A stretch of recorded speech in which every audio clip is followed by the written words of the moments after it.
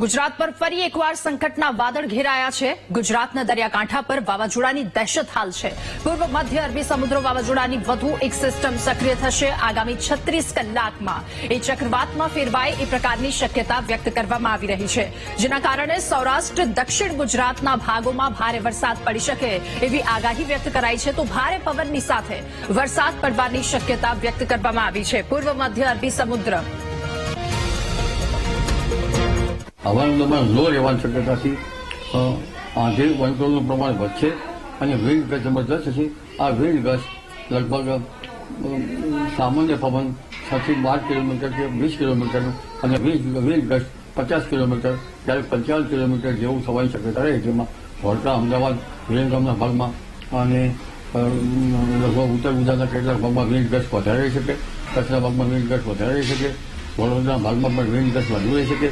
એટલે આ wind gust અને આંચકાના પવનથી બાગાયતી પાકોમાં નુકસાન થવાની શક્યતા છે। વાડામાં જે પશુઓ જે છે એમાં લગભગ ખેતરના નાના બચ્ચા કે મકઈના લાભાર્યા કે નાના બચ્ચા ઉડી ના જાય, ફંગોળી ના જાય તેનું પણ ધ્યાન રાખવું પડશે। લો લાઇન એરિયામાં પાણી ભરી જવાની શક્યતા રહે છે। तो यहाँ पर जो मॉइस्चर है, ये जो तमिलनाडु और साउथ इंडिया कर्नाटका का ये जो इलाका है, यहाँ पर आप देखेंगे नमी कम हो जाएगी, क्योंकि सारा मॉइस्चर इसी जगह पर कंसंट्रेट हो रहा है। तो यहीं पर बारिश ज्यादा होगी। ये 25 तारीख के आसपास भी अब गुजरात के जो दक्षिणी इलाके हैं यहाँ पर बारिश बढ़ जाएगी, हवाएं बहुत तेज हो जाएंगी और पूरा पश्चिमी तट लगातार बारिश देखेगा। ये इस तरह का वेदर रहने वाला है। तो ये हो सकता है कि अगर ये तूफान बनता भी है तो इसका नाम शक्ति होगा, जो श्रीलंका द्वारा दिया गया।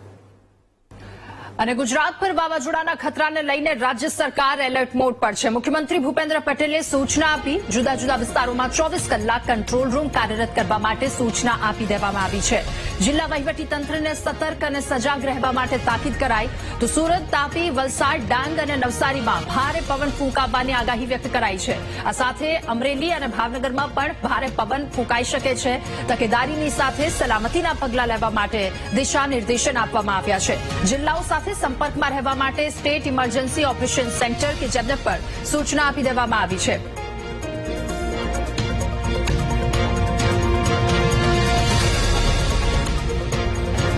અને વધુ મહત્વના સમાચાર, દ્વારકામાં વાવાઝોડાની આગાહીના પગલે તંત્ર સતર્ક છે। ઓખા કોસ્ટગાર્ડે માછીમારોને સાવચેત રહેવા માટે સૂચના આપી છે।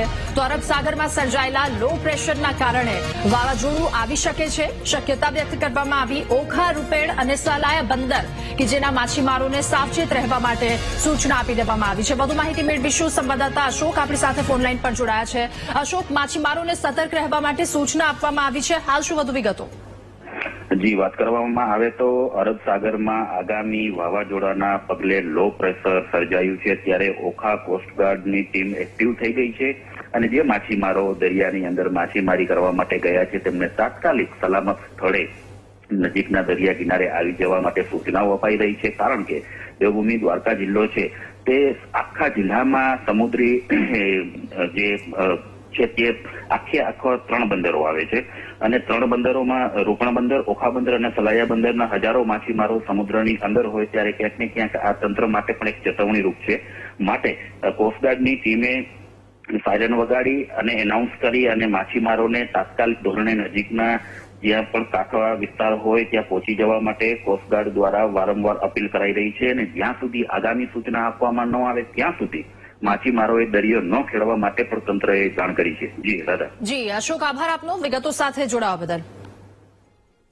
અને આ તરફ ઉત્તરાખંડના રાનીખેતમાં મેઘરાજાનું રૌદ્ર સ્વરૂપ જોવા મળ્યું। ભારે વરસાદમાં એક કાર તણાતી જોવા મળી। નીચાણવાળા વિસ્તારોમાં પાર્ક કરેલી આ કાર પાણીમાં તણાઈ, જેનો વિડીયો પણ સામે આવ્યો। પાણીના ધસમસતા પ્રવાહમાં કાર વહી ગઈ।